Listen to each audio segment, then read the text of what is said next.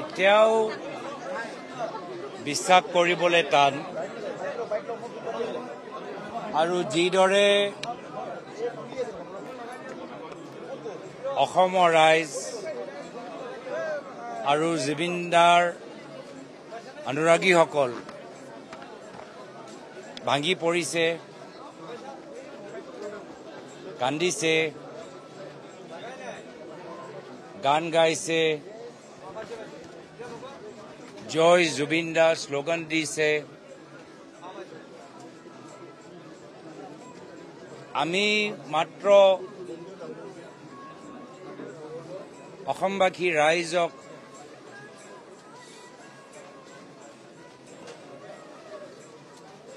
আমি মাত্ৰ অনুৰোধহে ক'বলৈ পাৰোঁ যে আমি সকলোৱে জুবিন দাৰ গীত, আদৰ্শ আৰু স্পষ্টবাদী ব্যক্তিত্ব সজীৱকৈ ৰাখিব লাগে, ধৈৰ্য ধৰিব লাগে। এনেকৈ যেন লাগিছে যে প্ৰভু ঈশ্বৰে নিজে বিচাৰিলে যে জুবিন দা এতিয়া পৃথিৱীত নহয়, আকাশত নেদেখাজন ওচৰত নিজৰ সংগীত প্ৰদৰ্শন কৰে আৰু ঈশ্বৰৰ কৃপা আমি দুখ প্ৰকাশ কৰিছোঁ যে এনেকুৱা এজন মহান ব্যক্তি, পুৰুষ আমি এতিয়া আগন্তুক দিনত কেতিয়াবা বিহু মঞ্চত, কেতিয়াবা অসমীয়া চলচ্চিত্ৰৰ ভিতৰত, কেতিয়াবা এটা সাংস্কৃতিক মঞ্চত বা ব্যক্তিগত ক্ষেত্ৰত আমি দেখা নাপাম, আলোচনা কৰিবলৈ সুবিধাটো নাপাম, তেখেতৰ কথাবোৰ শুনিবলৈ নাপাম। এটা অপূৰণীয় ক্ষতি। আৰু এই মুহূৰ্তত মই সকলোকে অনুৰোধ কৰিছোঁ যে আহক আমি মিলি জুলি অসমৰ জনসাধাৰণে এনেকুৱা এটা ঐতিহাসিক বিদায় জুবিন দাক দিওঁ,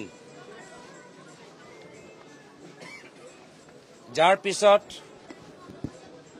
তেখেতৰ আত্মা অলপো সন্দেহ নকৰে যেন যে অসমৰ ৰাইজে তেখেতক কিমান মৰম কৰিছে, কিমান শ্ৰদ্ধাৰে সুঁৱৰিছে আৰু আজি কিমান দুখত আছে। এই মুহূৰ্তত আমি গৰিমা বৌৰ প্ৰতি সমবেদনা জ্ঞাপন কৰিছোঁ। বিভিন্ন কথা সামাজিক মাধ্যমত ওলাই আহিছে। মোৰ ব্যক্তিগত স্থিতি যে গৰিমা বৌ আৰু জুবিন দাৰ আটাইতকৈ ঘনিষ্ঠ বন্ধুসকল, তেওঁ ভালদৰে জানে জুবিন দাৰ ব্যক্তিত্ব আৰু যিদিনা এই পৃথিৱীৰ পৰা গুচি যায়, তেওঁ নিজৰ বিদায় কেনেকুৱা হোৱাটো বিচাৰে। আমাতকৈ ভাল,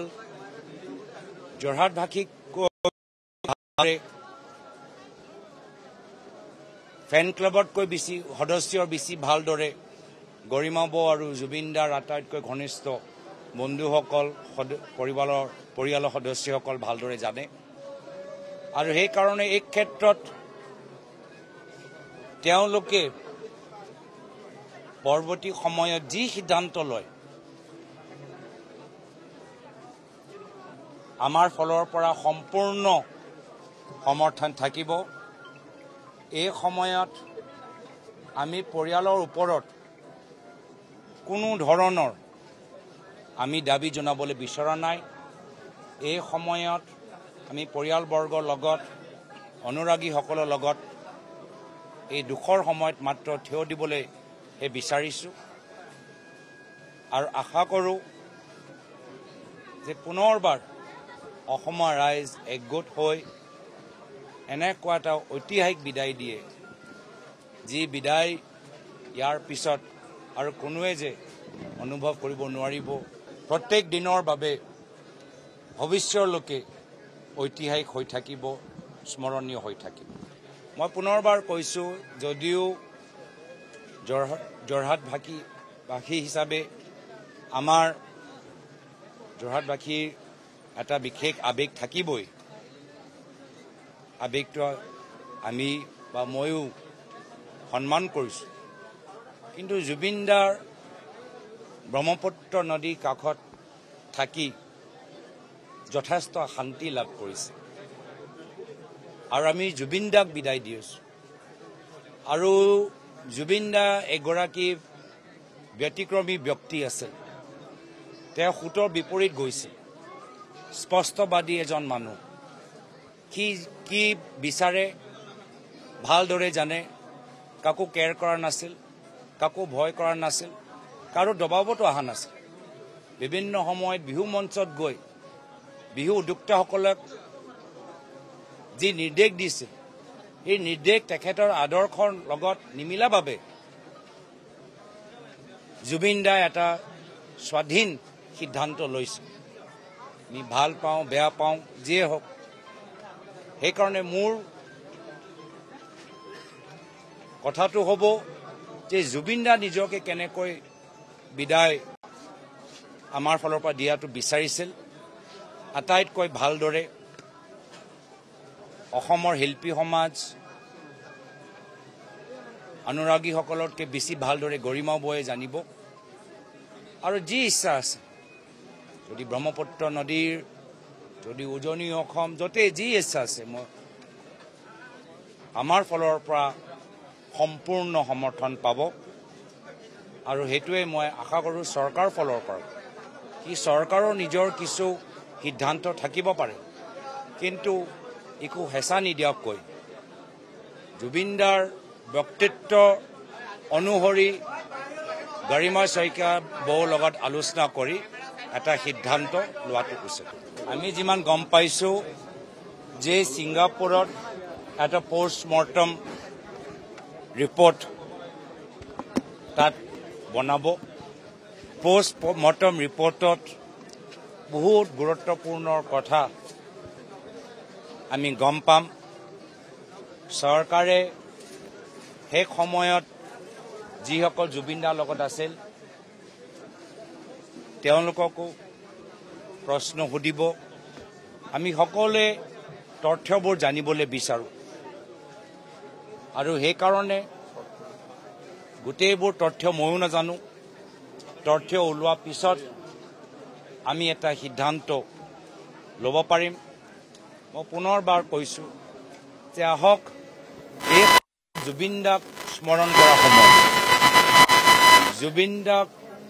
জুবিন দাৰ আদৰ্শ স্মৰণ কৰা সময় জুবিন দাৰ ব্যক্তিত্ব স্মৰণ কৰা সময় এই সময় ঘৃণাৰ নহয় এই সময় সন্দেহৰ নহয় তথ্যবোৰ আহিব তথ্যবোৰ হ'বলৈ দিয়ক তথ্যৰ পিছত আমি সিদ্ধান্তটো নিশ্চয় ল'ম কিন্তু এই সময়ত আমি আহক আমি সকলোৱে জুবিন দাক এটা ঐতিহাসিক বিদায় দিয়াটো আমাৰ বাবে উচিত হ'ব